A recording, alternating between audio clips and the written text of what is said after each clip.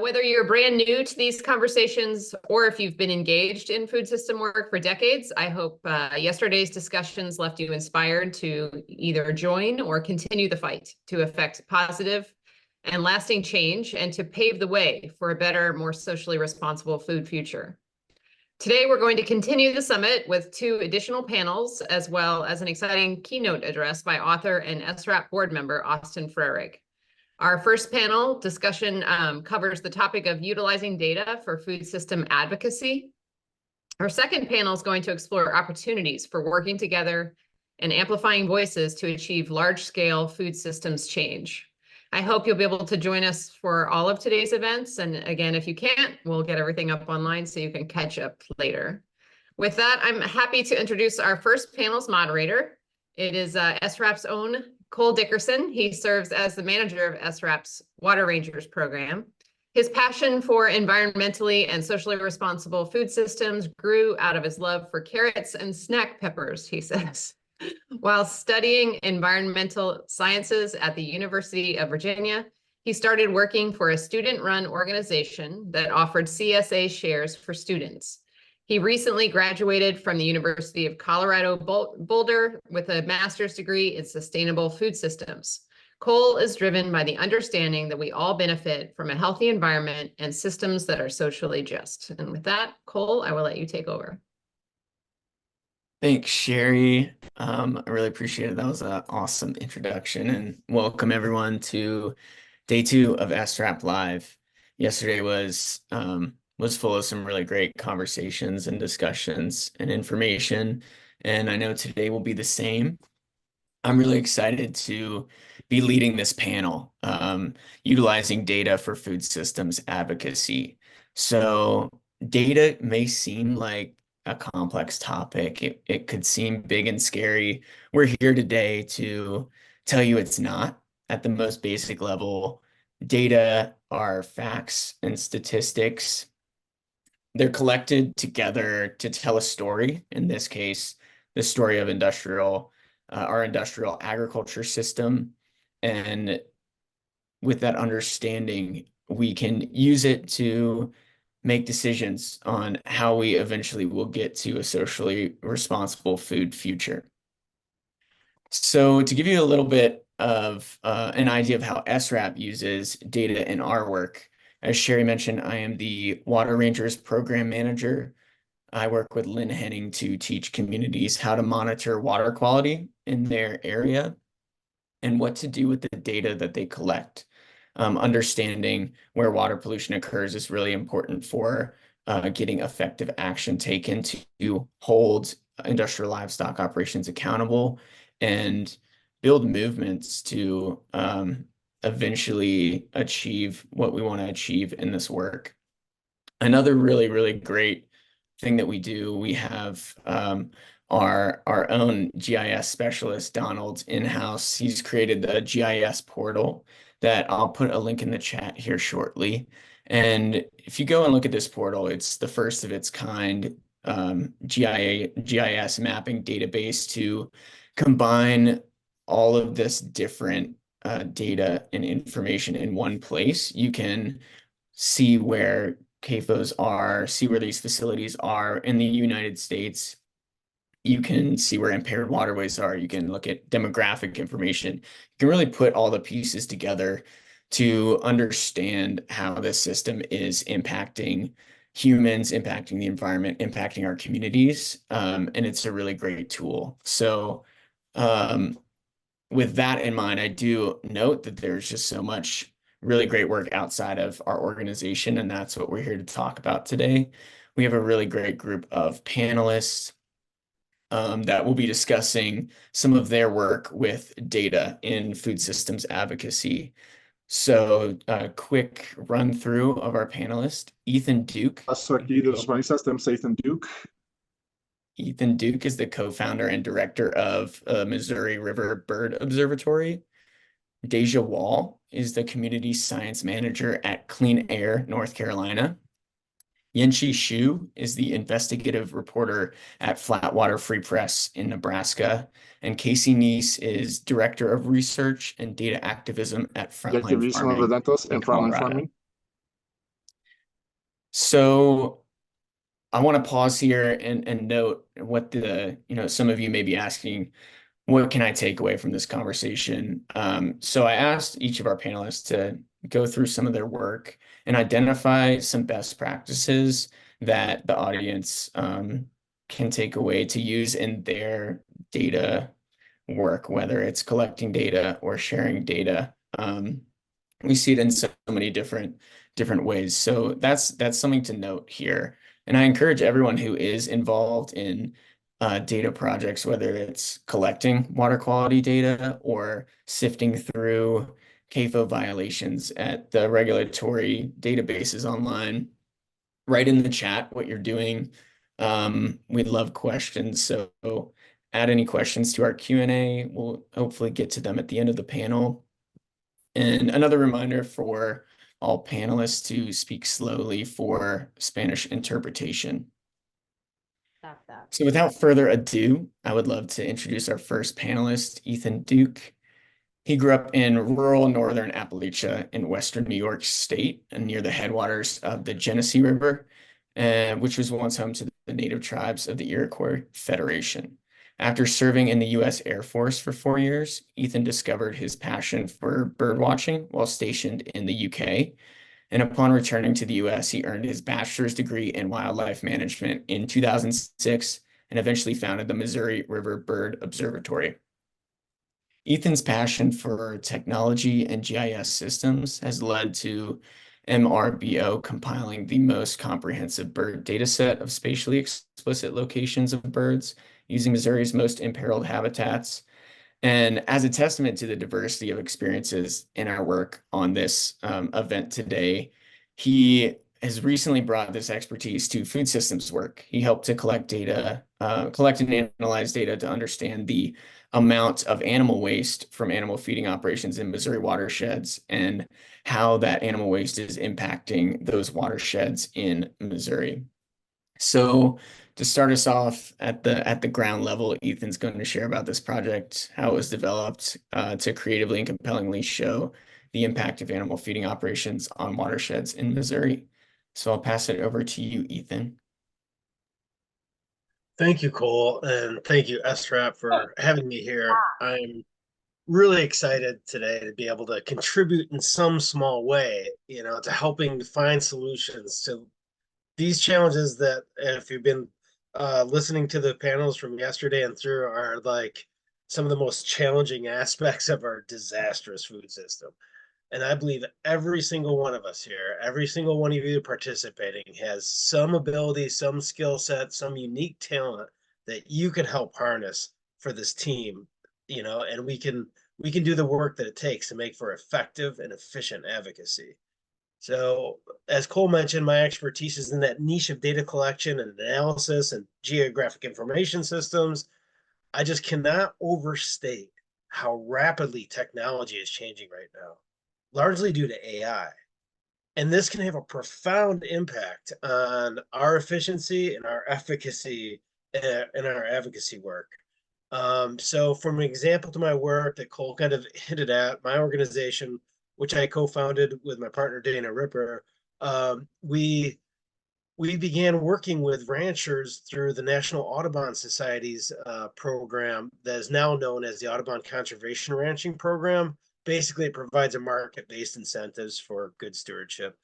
So we at MRBO, the Missouri River Bird Observatory, developed this metric now known as the bird friendliness indices. And that is used to communicate a lot of complex and robust data and analysis into like a user-friendly way that basically express an aspect of a conservation value. If you can imagine that, how do you put a value to your quality of water? How do you put a value to conservation? But this is important that we are able to do that because we need to start moving towards a way to some people that only understand things that can be quantified in a way that may be interpreted in some way that's monetary as well. But we're providing that robust data and finding ways to communicate it to not only advocates, but all sorts of other grassland stewards. So anyways, in the process of doing that, we needed to be super efficient in collecting and analyzing data. And just to give an example of what we do in our grassland bird work, last year we covered 84 sites in Missouri, Kansas, and Nebraska. Complete coverage of these sites documenting birds, doing what's called a line transect distance sampling. So we covered transects, marking where the birds were. And that covered about 140 miles of transects. We did it within a 2-month window. We did analysis on last year's data plus all data going back every year back to 2012 to provide density estimates for individual bird species that are grassland obligates, and roll that into the scoring thing that I was talking about. The day surveyors finished surveys, we had that analysis done and pushed out in operation dashboards by high noon. So that's how quickly data and workflow and processes are happening, and how exciting it can be for us to harness some of that data to communicate about CAFOs and what's going on out there.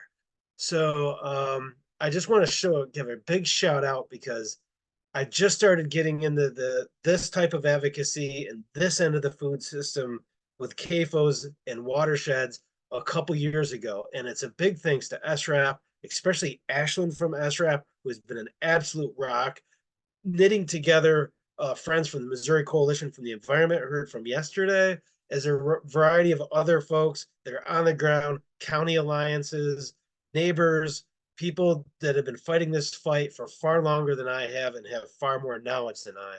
And I just use my little skill sets to help do that. And I'll just walk you through how I kind of aggregate the data here, do a little screen sharing, and let's just see kind of the magic of how some of this happens.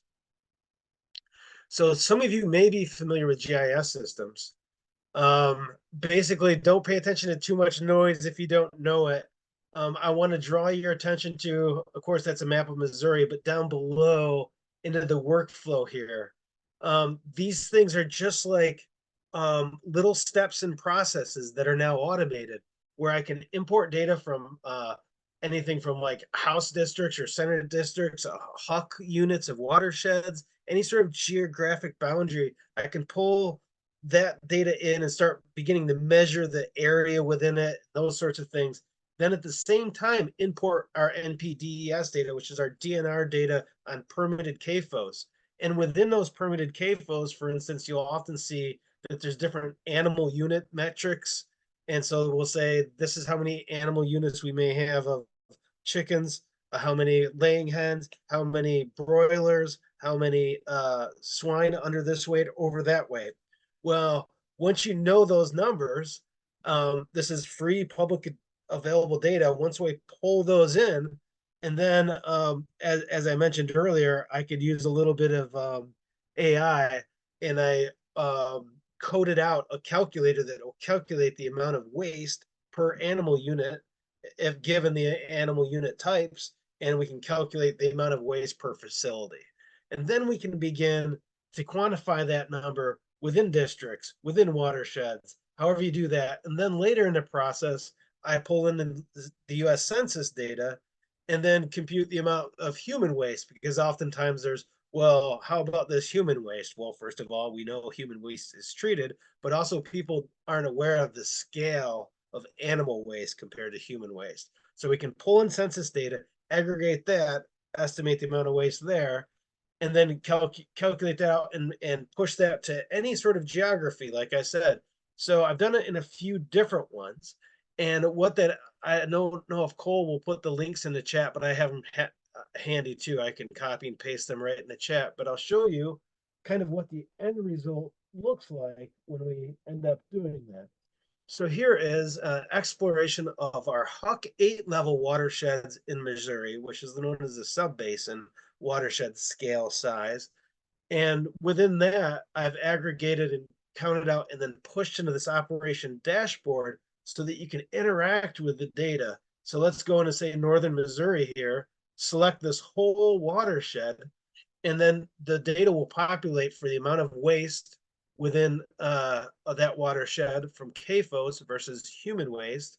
And I also just threw in modern age, you can just grab data from anywhere. I pulled in the EPA Attains database to show impaired stream segments. So when I select that watershed, you can look at what stream segments are also impaired and what they may be impaired with.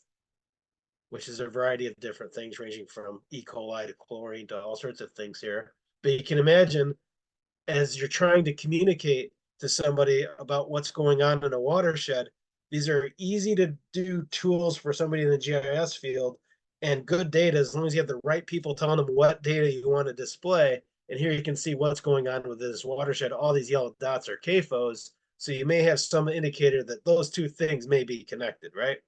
So there's that. And then also, if you want to just communicate beyond just your regular citizenry, you can also create these, what I did here with districts, whether it's a soil district or a House district or a Senate district. Here we can see which Senate districts may be full of more waste than others.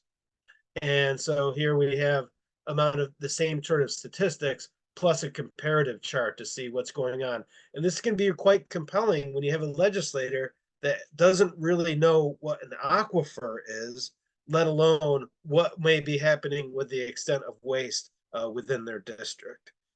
So with that, I will just kind of wrap it up here and just say that my hope is that someone might be able to dedicate a little bit more time than me and work like this at multiple scales so that advocates in any geography can have access to data like this, along with toolkits that are like some of those that were addressed yesterday with biogas. If you have a CAFO coming in, here's a list of questions you have. Here's also a list of data that you might be able to access. And so they can look at that data will pop up locally. They can bring it to local municipalities, the state legislators, or even advocate at the national scale. So hopefully that inspires some of you to think about ways that you can also help with your own unique skill sets. That was awesome, Ethan. It was really cool to see that back end. I shout out Donald in the chat. I think that's a great thing for people who may be unfamiliar to sort of see how that works. I'm wondering if, in brief, you can just mention, what makes the concept of a waste shed compelling, animal manure and manure in a watershed. Why was that sort of what you wanted to go in and show? Well, it was a kind of an amalgamation of things, and this was like the brainchild kind of a bunch of partners that we work with. But one of the things was back in the day in Missouri, which has a very strong conservation department, which is separate from its DNR. It's really interesting. But at one point in time, they had developed the concept of our watershed, sort of like the EPA says, "How's your water?" But it's the idea of the community having ownership of that and ownership of the stewardship of that. And that was kind of the first thought. And then we started thinking about, behind the scenes, everybody loves tactics when you're dealing with strategy with politics. And we thought, well, who knows these neighbors of these legislators or what's going on in these districts? Then the two ideas came together and said, what if we take stewardship and hoist that responsibility also on legislators as well? And say, these are your waste sheds and these are what we're dealing with. So it's something that can be used across anybody's perspective, whether they're a legislator or a citizen, and take the ownership and stewardship of that watershed. That's awesome. That makes total sense. I think that's a really, really compelling thing to be developing and to be showing people where all this waste is going. Thanks, Ethan. All right. And Ethan, I think there's a question for you in the Q&A if you're able to write that out. I'll move the panel along. We can maybe get to that at the end during the Q&A if you'd rather answer that verbally. But let's move on to Daisha Wall. Daisha is an environmental advocate with a long-established interest in environmental equity, community involvement, and educating those around her about many environmental topics. She currently serves as the Community Science Manager for CleanAIRE North Carolina. Daisha has worked as a stormwater specialist and educator for a municipal stormwater partnership, a legislative assistant for an environmental council in Seattle, as well as a donor communications assistant for a nonprofit with a focus on providing clean water to those in need. She holds a Master of Science in Environmental Policy from Johns Hopkins University, as well as a Bachelor of Science in Sustainable Development from Appalachian State. Daisha has also obtained a graduate certificate in Geographic Information Systems, or GIS, and she uses the skills learned to further reach communities and identify patterns of inequity. So we started sort of at the ground level, and I think it's appropriate to move here from ground to atmosphere. Daisha works with underrepresented communities across North Carolina to monitor air pollution using the Purple Air Monitoring Network. So Daisha, I'll pass it off to you to share more about this work and the importance of working with communities on data projects. Absolutely. Thank you, Cole, and thank you to SRAP for having me today. I'm really excited to talk a little bit about our work in Eastern North Carolina. But first, I'll just give a little brief overview of the community science program. So our program started in 2016, and we partner with individuals and organizations across the state of North Carolina to increase the amount of scientific data on levels of air pollution and make it available to researchers and state officials, but most importantly, residents, to advance policy goals with the main goal of improving air quality and public health. So collectively, we actually utilize 4 sensor types, but our bread and butter is Purple Air. That's the sensor type that we started with, and Purple Air actually built their first sensor for CleanAIRE. The CEO built it for us on his kitchen table, so they're a longstanding partner. But we do use 4 sensor types, both indoor and outdoor, and we measure particulate matter, VOCs, carbon monoxide, nitric oxide, nitrogen dioxide, and ozone. And we've deployed over 280 sensors across the state and have various different approaches and programs for residents that participate based on, their needs and their interests. However, as building a socially responsible food future goes, we are working on a 3-year research grant in Eastern North Carolina, specifically Sampson County, where unfortunately hogs outnumber people. So just to give a little bit of background on Sampson County, over the past many decades, like other CAFO communities, the county has found itself home to many major polluting entities, such as the Sampson County landfill, the Enviva Sampson wood pellet facility, and many CAFOs of both swine and poultry that's scattered throughout the county. This has caused, an array of health effects coupled with the reduction in quality of life for many residents. Several folks have complained about not even wanting to be outside because of the smell or because of hog feces literally being sprayed on or near their properties. And then, all of this coupled with North Carolina's failure to regulate poultry farms properly has just caused an exacerbation of this harm. So this, of many reasons, is why we are partnering with Sampson County residents, in particular, the Environmental Justice Community Action Network, which is a local organization in Sampson County.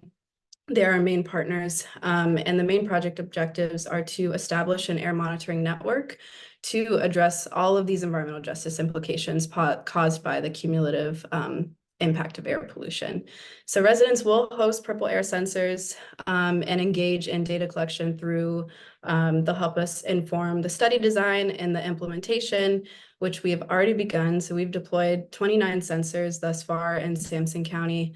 And then further down in the project, we will work with the Research Triangle Institute and another contracted entity, which the RFP is out for right now, to conduct hydrogen sulfide and VOC monitoring, which community members will help to influence and guide, where we can direct that hotspot monitoring through their lived experiences, through where they may have, seen something or smelled something.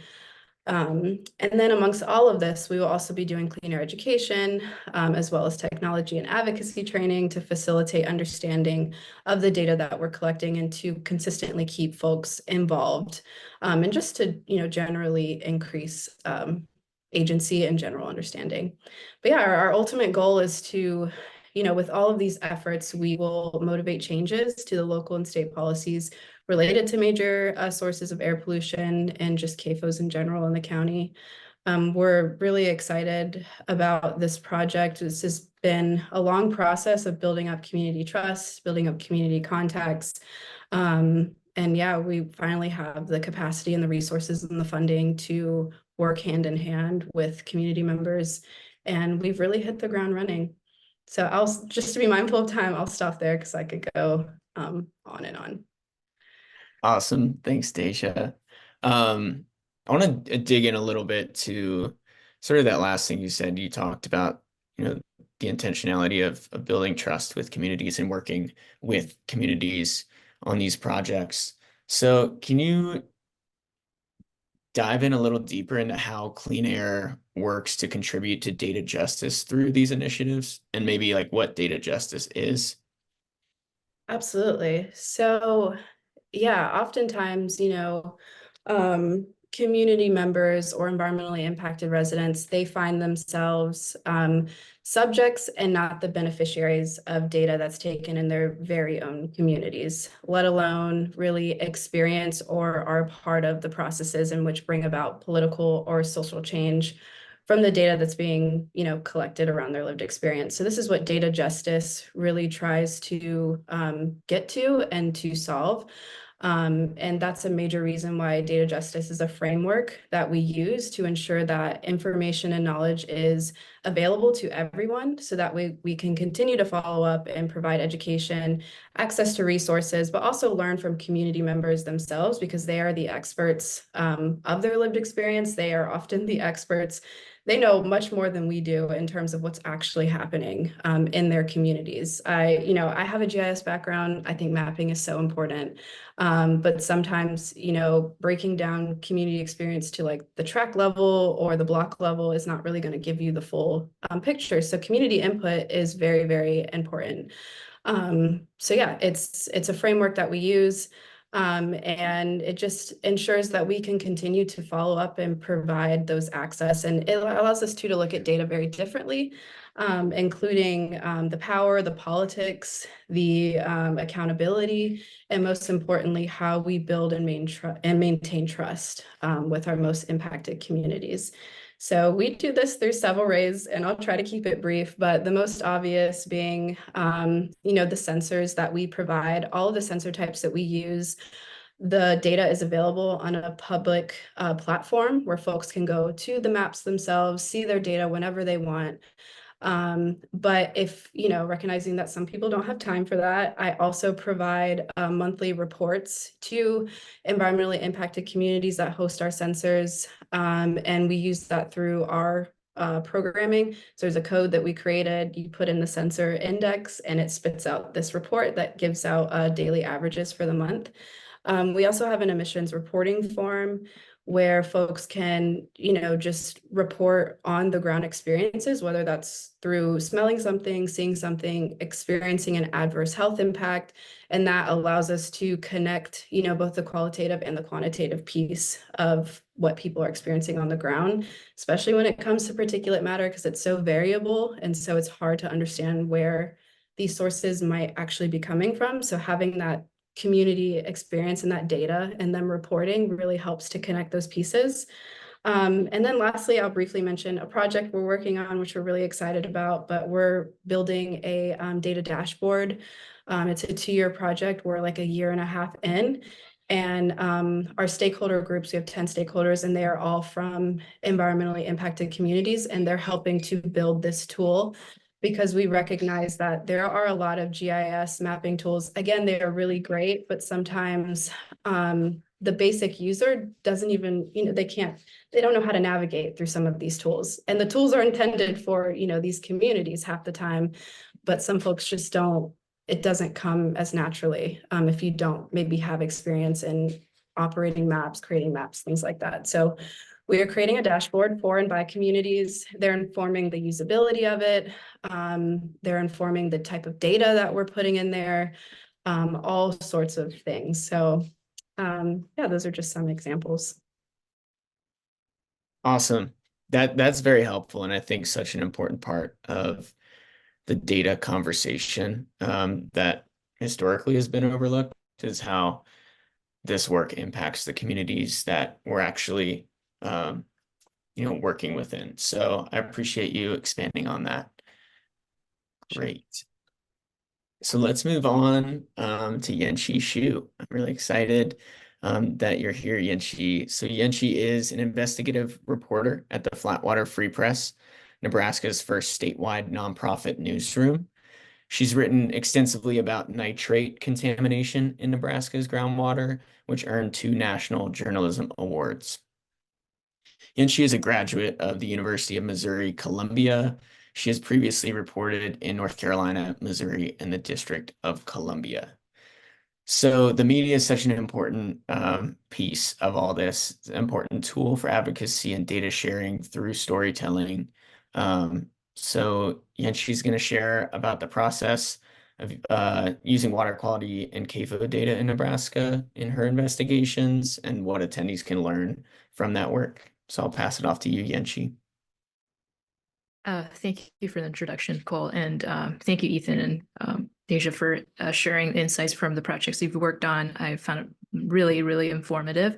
So I'm really excited today to share what I've learned, from reporting on Nebraska's nitrate issue and sort of the data I was able to use and present to the readers, which I thought was really important because I think that the nitrate problem was covered, pretty widely, but I just saw our project as an opportunity to kind of pull together all the relevant info and all the data sets in one place to show people how bad it has gotten and sort of the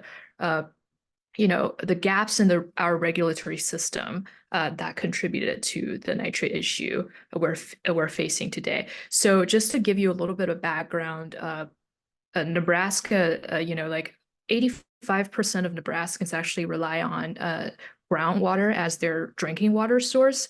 And then contamination from excessive use of fertilizers, mostly commercial fertilizers for corn, and animal waste that leach into groundwater have contributed to basically the high levels of nitrate we've seen in public water systems and domestic wells. And of course, people don't always know about the nitrate issue. And when I came here, I was like, well, what is nitrate? So it's extremely important to kind of see we as an ag state and how ag has played a role in water quality for sure, and how we could help connect the dots for regular Nebraskans. And so I want to share my screen a little bit. Let's see. Okay, I'll just do this. Okay, so like I mentioned, I really wanted to show the different aspects of the nitrate contamination. So from source to kind of the end products, the water that we're drinking. So my first thought was, okay, we could probably show drinking water contamination, because I was aware that several villages in Nebraska have had nitrate contamination issues. And so how I go about this is that when I have some contaminant I want to look into, I always see what are the data sources, and I always go back to the regulatory agencies. And so, for example, there's 3 big data sources. One is for drinking water, public water systems, municipal water systems, for example. And then we have domestic wells and monitoring wells, that are normally not part of the regular drinking water, public water systems. And then we also have CAFO's monitoring wells, which I'll talk about later. So in terms of drinking water and public water systems, I think that those wells are normally regulated by either the Department of Environment, equivalents in your community, and also or the DHHS. And so in Nebraska, we have this tool called the Drinking Water Watch, which I think a lot of states have. And so as you can see, you can just go to their website and look at the violations and enforcement actions that have occurred, and look at sample results by analyte. And so in this case, I looked at the nitrate violations in the past, and I was able to make a request to our state's Department of Environment and Energy, and I asked for all the test results of public water systems and the violations since 2010 by contaminant. And so this was the data set I was able to get. And so I was able to figure out how many public water systems have had nitrate contamination at least once, above the EPA drinking water standard.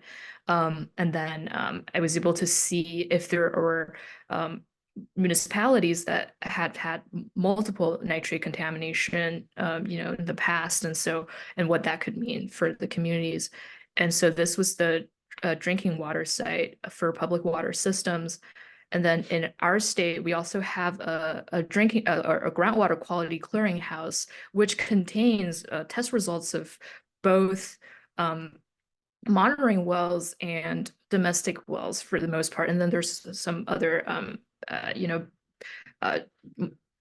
livestock wells as well, and irrigation wells. Those are monitored for mostly just for monitoring water quality purposes. And so using this, I was able to actually match this with our state's private well registry, and I was able to identify this family whose water tested above the EPA limit, and the kid had cancer. And so because a big part of the story is we care about nitrate because it's not only related to blue baby syndrome, but scientists are increasingly finding evidence that it could be related to pediatric cancers and other health problems as well. So, and then Nebraska has the 7th highest pediatric cancer rate nationwide. And so we wanted to just show what that could mean for families. And so using this tool, we're able to see, which wells have had high nitrate levels, and, and also we're able to see trend lines. And then this is the last part, of the, major, three of the major data sources we relied on is for CAFOs. And this is actually a report submitted by the CAFO showing different kinds of, chemicals that they tested in their monitoring wells. And of course, they were required to install those monitoring wells because the state's environmental agency deemed it necessary to monitor water quality in those wells to see if any contaminants has entered the water table. And so in this case, nobody's really drinking from these wells, but if you see a really high level, it could mean something, especially, when you see a high ammonia and high nitrate, it tends to be some sort of leaks, according to experts. And so we were able to see the history of, nitrate levels and at that feedlot, I believe. And so this was pretty helpful for us to ask questions about, okay, so what does this mean and what has the state done? And in most cases, our state has mostly just asked CAFO owners to keep monitoring. In certain cases, they've asked them to plant trees or, sub barriers, and trying to make sure that these animal feeding operations are spreading their manure properly. But these are important questions to ask, and we can at least see that in this case, it seemed that there's some sort of contaminant discovered on that CAFO. And so, and then what's also really important is to kind of see the statewide trend of nitrate levels. And then this was a screen grab from our state's groundwater monitoring report. And so as you can see, this trend line, the median nitrate level in all the samples from 2001 to 2020, it was slowly going up. And so we also use that in the story to tell people that, hey, maybe this is a problem, that we have seen this upward trend. And then that kind of prompted a lot of our readers to ask the question of what we could do. Let's test our water. And then our state legislators have also, adopted or proposed rules to basically help prevent, nitrate contamination and, give people some sort of a, rebate or, like a program to help cost share their water treatment systems. So yeah, with that, I'll just stop sharing right here. Thank you. This is so cool to see how y'all are going through your process. It's really awesome. So thanks for sharing that, Yanqi. I'm curious what the process was like for requesting the data set about water contaminants in public water systems. Was it easy to get that? Was it hard?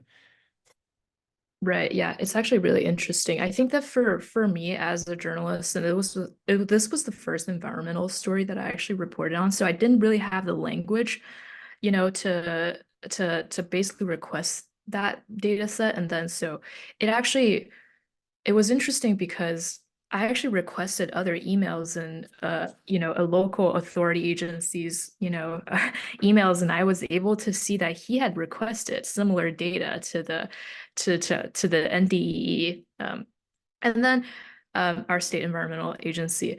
And that's how I was able to reproduce that, and I said, okay, he requested data from his district, and I want it for the whole state. So I actually had to go through a couple of tries just to see, how I could get it. But I think that the most important thing is that you always try to go to the regulatory agency for that, who collects that data to ask for it. And then with, individual from the Drinking Water Watch website, you were able to see individual test results. So I know that that data existed. So that's why I was able to say, okay, I know that you have this, help me make this request. I asked the, state environmental agency, and I was like, okay, just help me make this request. And I want, the same thing for the whole state, of a list of all the, agents or public water systems that have violated, the EPA standards. And of course they track that. So that's how I was able to get my hands on that. Awesome. I know how important that process is to either just ask a regulatory agency or submit a Freedom of Information Act request more officially. And if anyone's curious about learning more about that, SRAP provides support in helping communities to get that information. So reach out to us if you're interested in learning more about that. I'm glad that you brought that up, Yanqi. Thanks. So let's move on to Kasey Neiss. Kasey is the Director of Research and Data Activism at FrontLine Farming, holds a master's in cultural anthropology from the University of Denver, and a bachelor's degree from Hampshire College in U.S. Ethnic Studies and Oral History. In 16 years of collaborative organizing and fundraising, and 9 years in research and data, she has developed strong systems design skills, employed a range of mixed method research methodologies, and worked with diverse stakeholders on social impact, policy, and educational projects. Her expertise extends from large data sets to ethnographic storytelling. Kasey's work is a North Star of data equity and sovereignty. She sits on various data teams in the farm, food, and hunger movements in Colorado. So I'm really excited that Kasey's joining us. We've talked a lot about data projects that measure environmental conditions. When we think about a socially responsible or sustainable food system, it's important that we're looking beyond environmental conditions and are also considering social conditions. Daisha introduced us to this in the panel, and a socially responsible food system is built on principles of equity and justice for the people in that system, as well as the environment. And Kasey does so much awesome work to collect data with underrepresented communities in our food system to advocate for food systems change, policy change, all of the above. So Kasey, I'll turn it over to you. Thanks for being here. Thanks, Cole. I kind of deviate a little bit from the rest of the folks on the panel, being coming from an anthropology and like oral historian kind of background. And so my heart lies in the qualitative data side of things, but I we all recognize the importance of quant data and incorporating both numbers and story into our work. So when we're disseminating information, there's these kind of heartstrings you can pull, and it's not just numbers, but there's narratives behind it as well. So I'll talk a little bit about Frontline, but most of what I'll be talking about today is our sister organization, Project Protect Food System Workers. So basically, Frontline is a Black and women-led nonprofit farm and farmer advocacy organization in the Denver metro area. And our work focuses on enhancing equity and resilience in Colorado's urban Front Range by elevating the leadership of women and people of color in our food system. So farm is our core, actually. All of our staff are on the farm at least one day a week, and farming is central to our operations, but our work does span across food security, food justice, and food sovereignty.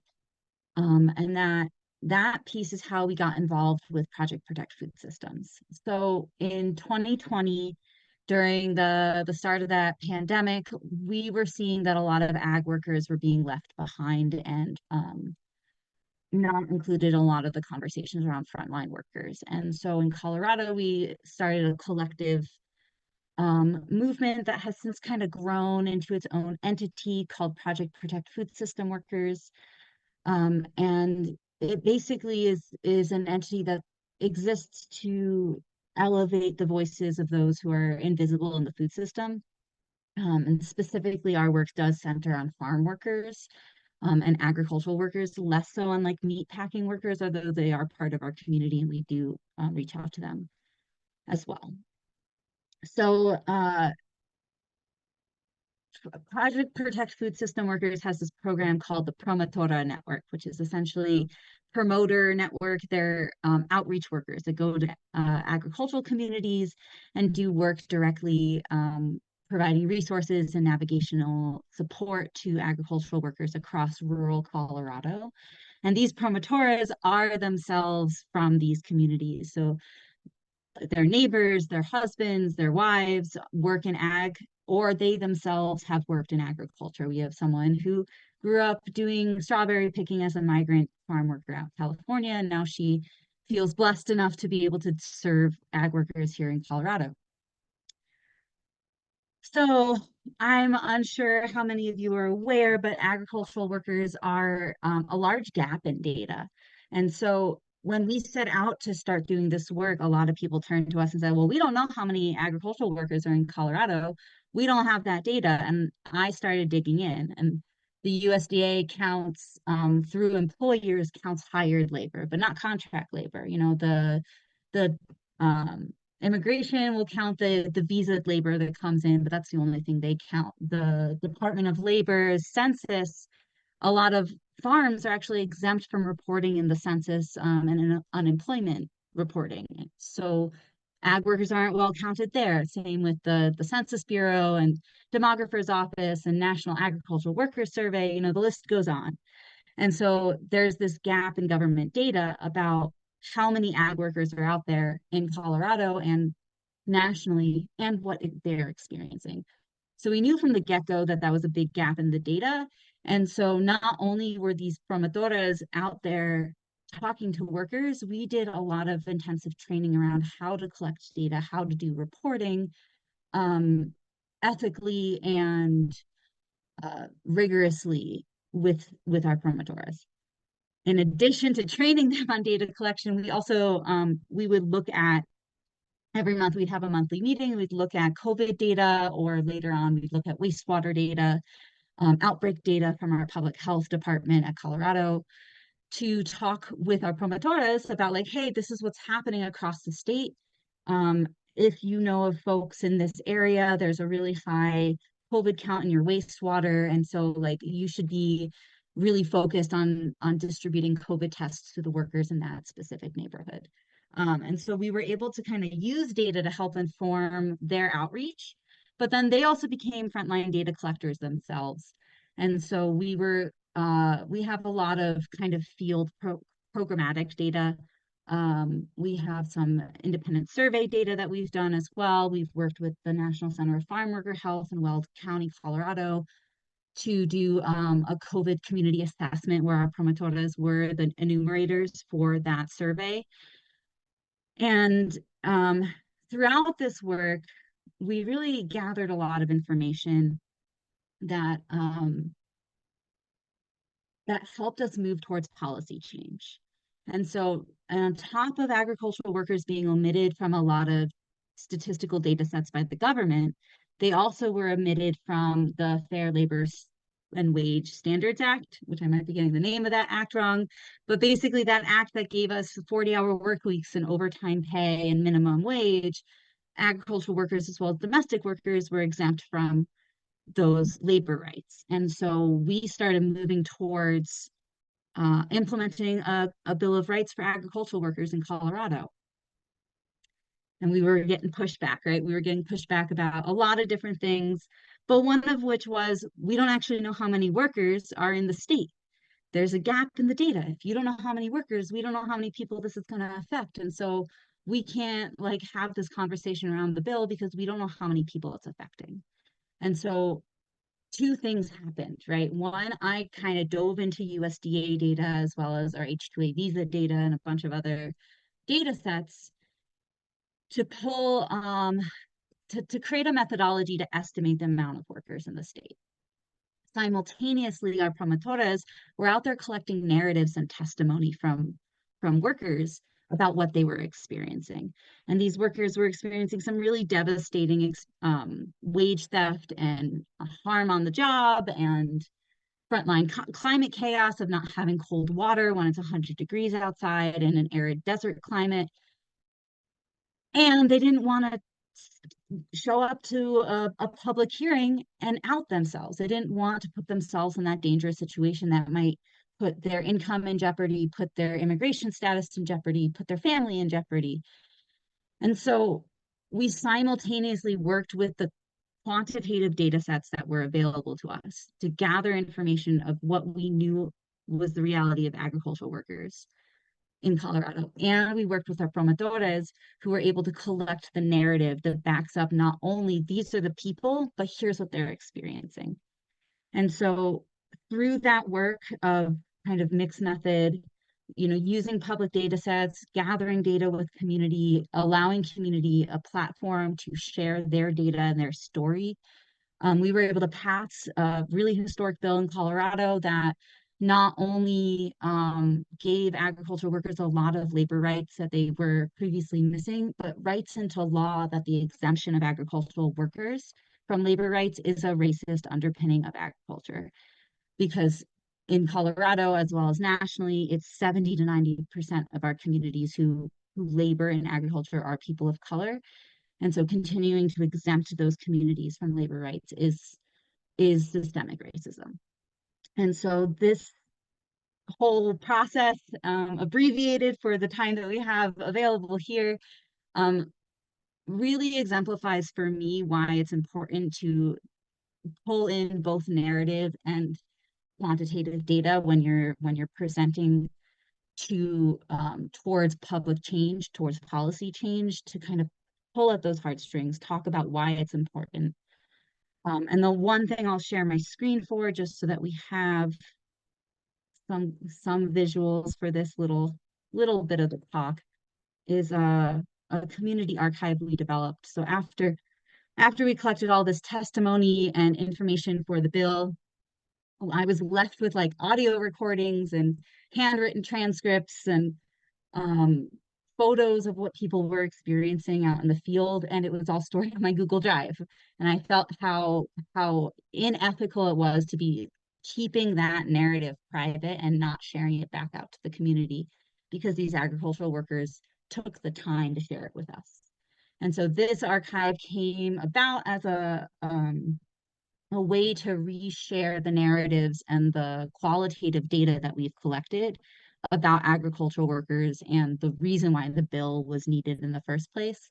And so this has, you know, you can browse stories by medium and look at their photo stories or audio stories. And we have a lot of recordings from both the testimony from the bill hearing, as well as interviews and audio stories from the workers. this platform also allows us to anonymize appropriately so that workers aren't being put in any danger when they're telling sensitive information. I'm going to end on one of my favorite little portions of the archive is actually just the fact that workers have a lot of skill and knowledge already embedded in it, and a lot of like just personal realities. And so not only does this archive contain difficulties that people face, it contains some beautiful stories as well. There is this kitten that was rescued out of a calf pen, and the worker took the kitten home, even paid a $200 pet fee for having the kitten in the home in order to rescue it and make sure it wasn't just stuck in this calf pen getting trampled by baby cows. So it's not just a story about negativity. There are these like beautiful realities that workers face and live up to every day. And so there's some this archive allows the ability to tell a full story, and we can drop in links for the website and other data work as needed. I feel like I'm crying over here, tearing up a little bit. It's awesome to bring in the qualitative, the narrative, the story to this conversation, because I think it is really important considering I mean, seeing that picture and hearing that story pulls on the heartstrings, like you said, and that can be really important. Do you want to share any more about important considerations to effectively and respectively collect this storytelling, this narrative with underrepresented communities? Yeah, I think I attribute all of our success just to the promotores themselves. They are my storytellers. They are my data collectors. Like, I'm not the one out there doing the data collection. I don't think I'd even be the right person to do so. Our promotores have such deep roots in the communities they work in. They've built trust. They've built like international connections. Workers who are coming from Mexico every year text our promotores before arriving, being like, "Hey, I'm gonna come here. Like, is there any way you can bring me an extra pillow when I arrive? Or we'll probably need some blankets." So like the promotores have such like robust and deep relations and community. That's why they're so good at what they do with data collection. And so I always chalk up our success to them, because without folks like that, I wouldn't be able to write the reports that have like the correct context in them. And so that if ever you're looking to do some sort of community collection data, I always encourage you to find those community members who want to be doing that work as well, because they're going to be even better at it than you are. Great. Thank you for that. And thanks for bringing in the perspective of the people that work in these systems. That's a really, really important integral piece of all this. And I realized as we were going through, I was posting links in just the host chat. So recently I posted all the links to everyone's work in the full chat. If I missed anything, panelists, feel free to let me know. I can include that, or feel free to include that yourself. I want to take a little bit of time to have a brief discussion. And if anyone from the audience has any questions, please put them in the Q&A. We can get to those in about 10 minutes, hoping to stay on track here. So with our audience at this panel in mind, I'd like to think about data collection and data sharing. So maybe we split those up. What is one of the most important considerations for communities regarding data collection to have the biggest impact in promoting a better food future? And I'll leave it up in the air if anyone would like to jump in and answer that.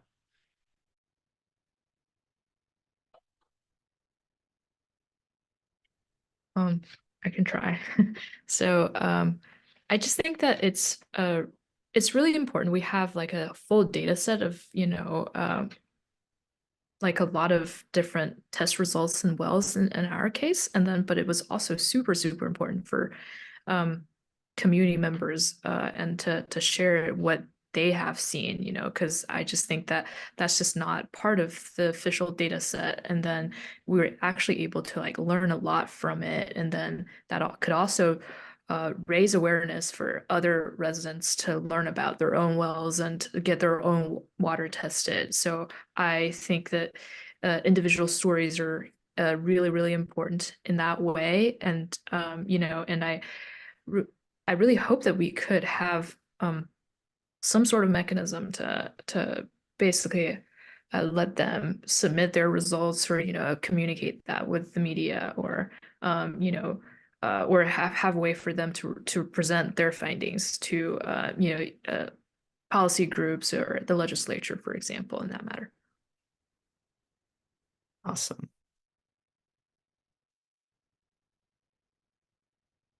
Other important considerations that people on the call, for people on the call considering data collection?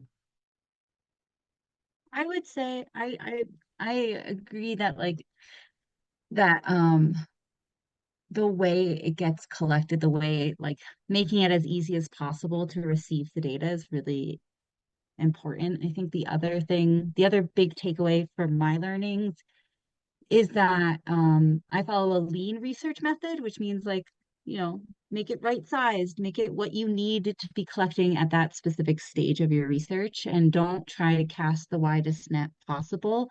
Know that you'll do the work again and you can like expand the research or go back and collect new data that comes up because you didn't know it was important the first time. And that allows space and breadth to really work with the data that means the most to you in that moment. So that would be my big takeaway. I'll just add that I think it's really important that communities are left with a pathway for action. Just as I, you know, was mentioning when I was speaking, oftentimes community members feel like information is extracted from them and they're kind of left no better off than before or with no significant changes. And so continuing to follow up, continuing to work in partnership with communities for a sustainable pathway to that action is pretty critical to actually bring about, you know, these changes that communities are seeking. How do you all at CleanAIRE follow up? So if you collect your data, how are you continuing to engage with them? Yeah, so like I mentioned, the monthly report outs, but we also offer a wide array of advocacy and educational trainings. So we do have an advocacy program and we have an education program, and there's many different programs within each of those programs, but you know, community members oftentimes they give us topics that they want to learn about, and then we in turn bring in, you know, the proper resources or the proper entities to speak on that. So just as an example, we're working with a local community here in Charlotte where I live. We've been working with this community. It's a formerly redline community since 2015, and they wanted to learn about how air pollution impacts the effects of chronic illnesses, specifically diabetes, because there's a high prevalence of diabetes in this community. And so we brought in an endocrinologist to speak more about that. And then folks wanted to learn more about children's health. So we brought in a pediatrician.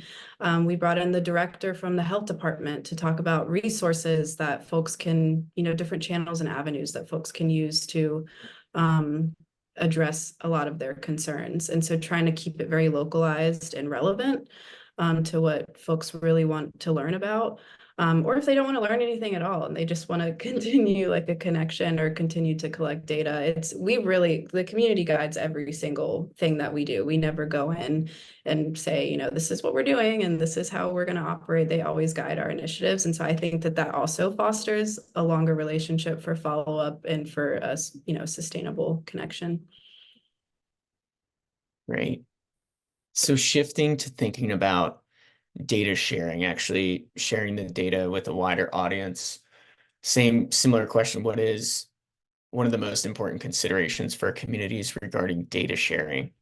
And Ethan, I wonder if I could ask you, since you were working on some mapping platforms that will be viewed, story maps and things like that. Well, like the other panelists, I think that the future of data is open and shared. I haven't been working with the data that is as sensitive as the other panelists have. I'm just working with publicly available data that doesn't identify um, uh, random community members, or communities to that level. So I might not be the best person for that. I do have other theories about data sharing and stuff, but data should just be as open as possible at this point, as far as I'm concerned, with the type of data that I'm looking at. I think that you have to, I defer to the others on the sensitivity. Do you have thoughts on like most compelling platforms, how you can incorporate storytelling in data in your GIS maps? Because I think that visualizing data is such an important piece of all this, and figuring out how to effectively share data visualizations. It can get really nerdy and exciting to me, but boring to others. But getting all this data together, it's kind of an art and a science. But if you can amalgamate a lot of data, um, it depends on what type of data you're collecting. Like I do a lot of drone data, which is really awesome because you can capture as much data as you want and pull out any segment of that later that becomes useful, and it doesn't really harm you to have all of that data there. But with this type of data that I'm working at, if you can put it, if you can know what all the stakeholders may be interested in, community members, whoever interest is, and if you can have that, then if it's in one place, you can serve that out from that one thing and any view using any aspect of that data, and any future updates to that data and iteration of it in the long term, that you just have to adjust and update that one data set. Everybody's data can be populated out. I guess that's kind of a philosophy of workflow on data sharing. No, but that's really interesting. Any other thoughts from panelists about, sharing data, whether that's sharing data collected to regulatory agencies, whether it's sharing it in the media, all that?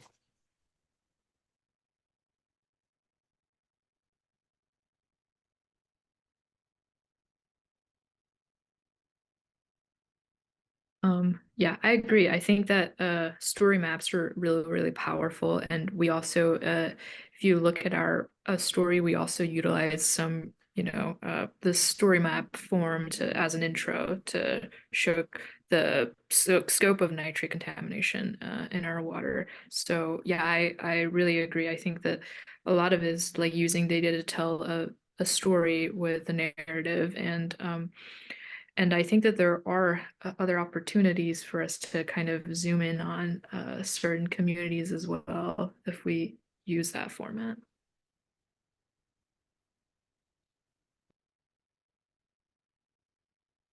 Great. Yeah, I totally agree. Kasey, you gonna say something? Yeah, I think just what you're saying, there's there's place in our work for workflows as well. And it's actually more of an administrative process where, like, if our promotores are going in and submitting like their hours and reimbursements for our team to kind of like match up grant like payments and stuff like that. We have workflows that kind of do some cleaning automatically on that, because we've been really stickler about like uh our the government funders want to see proof of like all of the reimbursement and mileage. However, our promotores are leaving from their house and going to like private farm sites that aren't like really people don't want to share that information with the government, and that's fair. And so we have internal workflows for what needs to be shared with our budgeting team versus what needs to be invoiced to the grant maker. And I know this is not really on like the the agricultural workers side of things. This is more on our staff side of things, but there is this way to like use workflows, I think, with some of that qualitative and like administrative data as well. That's like really cool because then you can share the base numbers of like, this is how many workers we talked to, and this is how many food boxes we distributed to this community. This is like how many vaccine appointments we've helped with, and that number can kind of get pulled out and addressed publicly. And then the addresses for mileage reimbursement can go to administrative team, and then the separate data to like invoice for grant funding can get pulled out and sent to that team. So I think that workflows and those systems are definitely where we're going to be headed in order to free up a lot of administrative time and our time to actually do frontline work and not just sit there and clean data all day. I don't have much experience with workflows, but I'm feeling like I need to now. If y'all, Ethan or Kasey or any other panelists have good resources to share in developing workflows that are simple, feel free to pop those in the chat. That could be really important information for folks. So now I want to transition if there are any questions from the audience. I know Sandy had a question in the Q&A. It looks like Ethan submitted an answer for that. Does anyone have any questions? Feel free to raise your hand. I think you can go off mute and ask those directly to the panelists.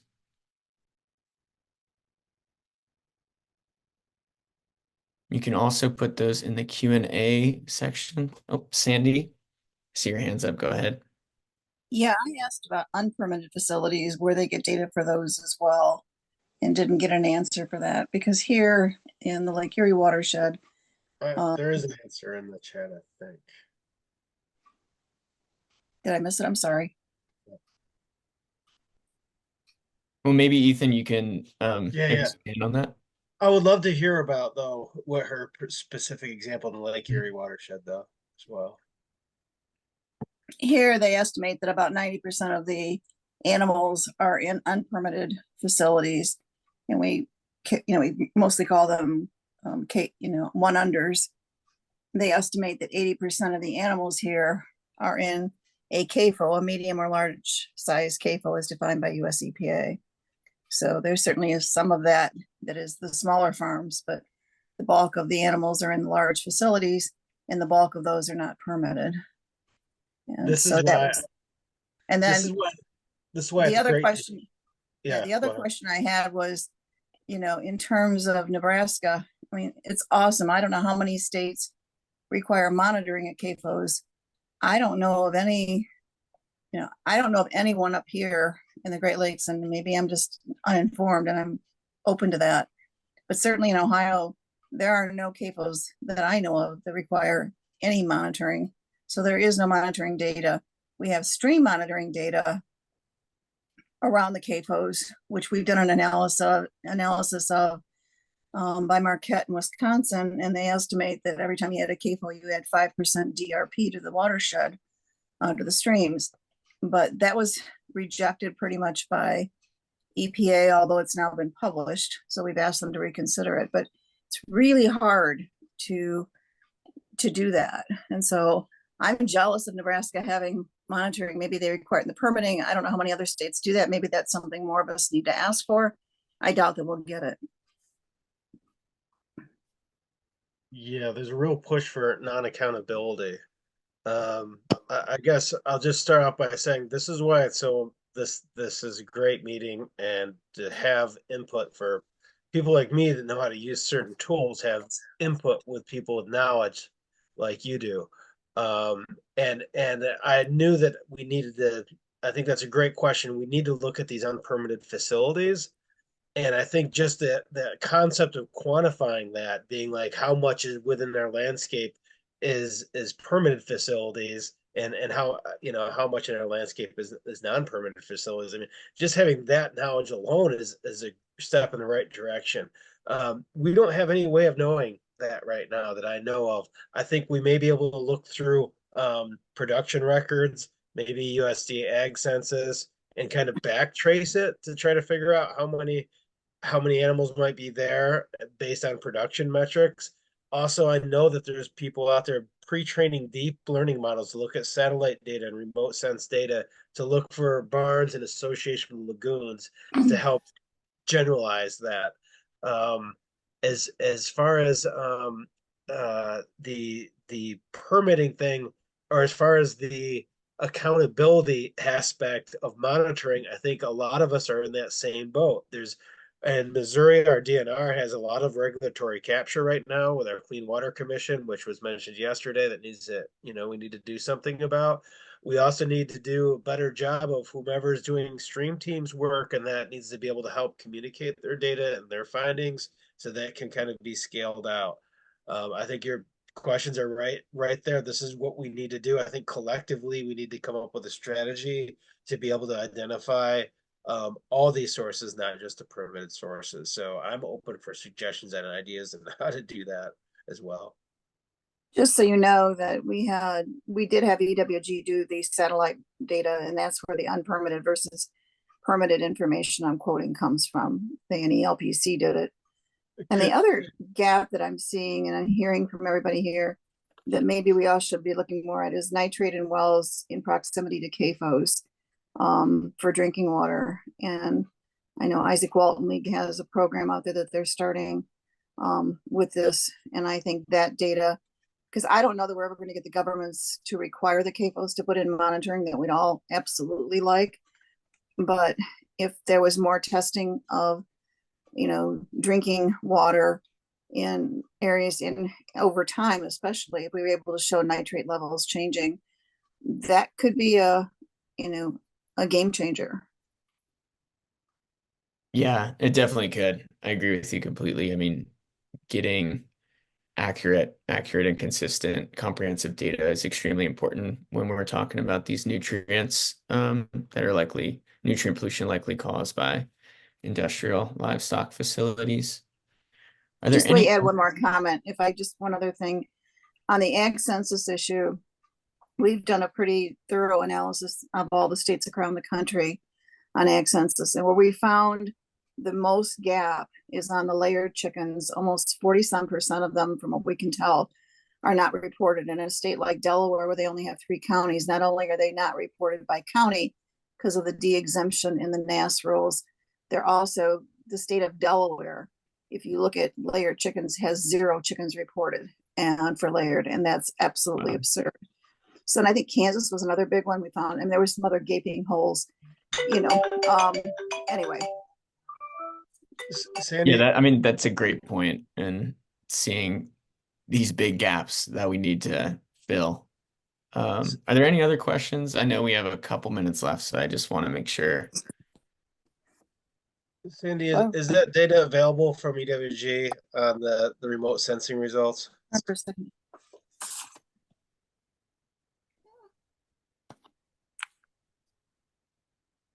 Oh no.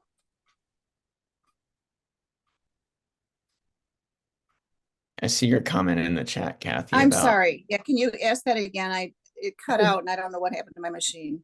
Is the remote sensing data available from EWG? Yeah. The reports are certainly online. There's 2 of them, one in 2019.